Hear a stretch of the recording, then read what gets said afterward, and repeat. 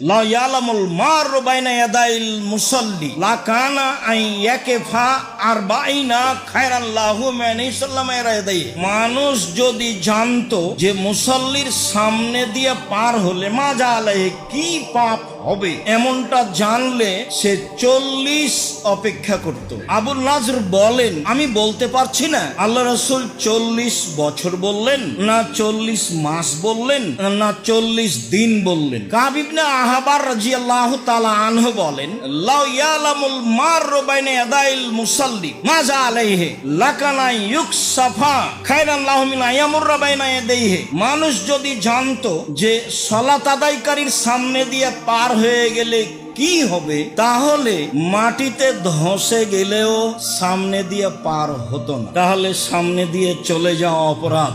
হজ করতে গেলে বোঝা যায় যে সামনে দিয়ে যাওয়া কোনো অপরাধ নয়, সবাই তো যাচ্ছে। অনেক সময় মানুষ সিজদায় আছে, তার উপর দিয়ে চলে যাওয়া অপরাধ। তো দুই একদিন যখন দেখলো যে সবাই যাচ্ছে, তখন এও মনে করছে যাওয়া যায়।